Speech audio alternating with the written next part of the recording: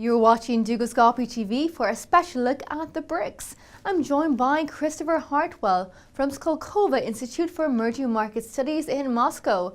So Christopher, let's begin with Russia. Ksenia Yadayeva, the Bank of Russia's first deputy head, yesterday said a number of emerging market economies, including Russia, are suffering from stagflation.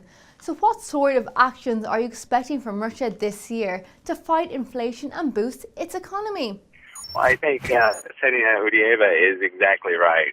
That there is this kind of combination of high inflation or high inflation on deck and this lack of growth, this lack of job creation. I think Russia is really facing it. And I think the Central Bank of Russia is walking a fine line between the desires of the Kremlin to be able to kind of stimulate the economy like has happened in most of the developed world versus kind of containing this inflation.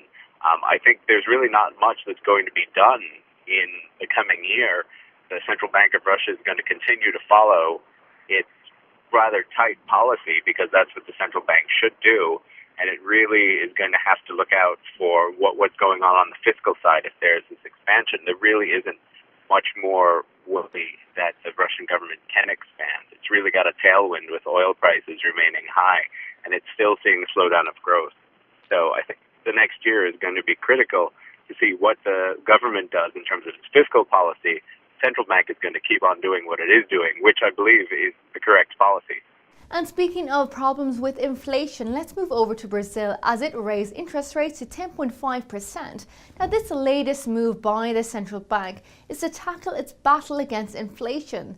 Now, did you expect this increase, Christopher? Well, this was not unexpected. This is the seventh out of the past 9 months that they've raised the interest rate. I mean, inflation is still below the band that the Central Bank of Brazil targets. But it's also far above kind of the core inflation rate of 4.5% that they're looking for. I mean, right now it's about 5.91%. So I think the markets are really waiting for this kind of sustained commitment from the central bank. I think we're going to see more interest rate increases in the future. I don't think this is not the end. And they've signaled that, too, in the minutes from this meeting. They came out and they kind of left the door open and said, you know what, in February we're probably going to raise rates again because inflation has become a priority for this government in Brazil. It's always been the trade-off. It's exactly the same as Russia, actually, the trade-off between kind of economic stimulus and inflation fighting. And at least in Brazil, they've gone the way of saying inflation targeting, inflation fighting is our priority. Now let's have a look at India. Moody's today said India's economic recovery is likely to be slow in the second half of this year, but the outcome of general elections could actually have an impact on the growth prospects. Now, would you agree with Moody's expectations? Well, Moody's really said a key thing here, and that is that India's growth is really conditioned on the global economy, on things picking up in the developed economies, things picking up in America, things picking up in Europe. So really kind of this export-led growth can kick back into gear. Once again, I think where the politics come into play is India has done a remarkable turn towards markets. It's done globalization. It's done some fair measure of deregulation in the 1990s.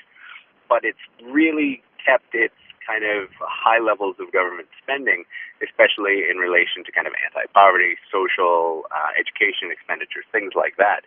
So there is still persistent nagging poverty in India, and there's been these persistent nagging fiscal deficits. I think what Moody's is really referring to here in terms of which way the election goes is if there is some kind of fiscal consolidation, then it will be better for the Indian economy to kind of break the back of this fiscal inflation, as it were. They keep seeing these deep deficits. If there's kind of a looser approach to fiscal policy, again, as we see in the OECD countries, then really I don't think we can realistically expect to see India's growth get back to 7, 8, 9%. It's going to stay in the 4.6, 4.7% range. And now looking at the Brics' largest economy, China.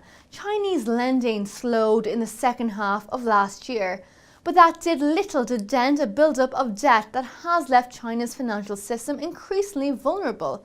So what are your views on these challenges facing China? Well, China is the only one of the BRICS that really matters. I mean, it's 53% of the total BRICS GDP.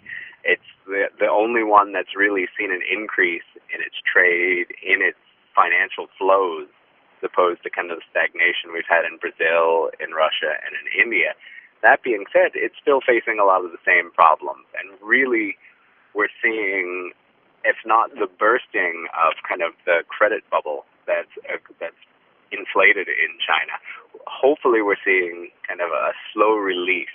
You know, China needs a soft landing, and for the world economy especially, China needs to have a soft landing from this lending boom. The financial sector is still, in one sense, too free, but in a more accurate sense, it's still too regulated. There's still too much of a connection between kind of the government and the banking sector, the state-run banks. There's still too much emphasis on preventing the policies that actually could help with a lot of the capital controls, kind of fixed exchange rates, things like that. So, again, this is going to be a crucial year for China if they can manage a soft landing, and this is a big if, and kind of gradually raise interest rates, kind of bring the excess liquidity out of the system without bringing the whole edifice down, then we should be fine. I think China can do it. I think the way China has operated to this point has shown that it can be done. However, we've never actually seen a credit bubble like this burst in a place so important as China. And finally, looking at South Africa, the rand is maintaining its 2008 low as African bonds fell on taper bets. Now, what do you see in store for South Africa this year? South Africa is probably the tiniest of the BRICS. The World Bank says that it's got, 2.7% growth coming this year, but probably of all the BRICS, I would say South Africa is most reliant on what's happening in the United States, on what happens with the Fed, the Federal Reserve, and whether or not quantitative easing 3, 4, infinity, whatever we're on now, actually tapers in the coming year. I think a lot of just given the openness of the South African economy, it's really seen capital inflows skyrocket over the past few years. But even in August, when there was kind of a hint that the Fed was going to be withdrawing QE3, the rand started taking a dive. I mean, South Africa has its own structural problems, especially in terms of employment rules, the power of the labor unions, with the lack of employment mobility. But those really, again, these are structural problems at home. I think we can see South Africa it's going to have strong growth, even if the Fed withdraws kind of tapering. But it's going to be a shock, no doubt about it. I would say we'd probably see no more than 2% growth. But you know what? In this world right now, 2% growth for a large emerging market economy that isn't named Russia, India, or China is probably pretty good. Christopher, thank you very much. Well, viewers, do stay tuned as we have plenty more coming your way.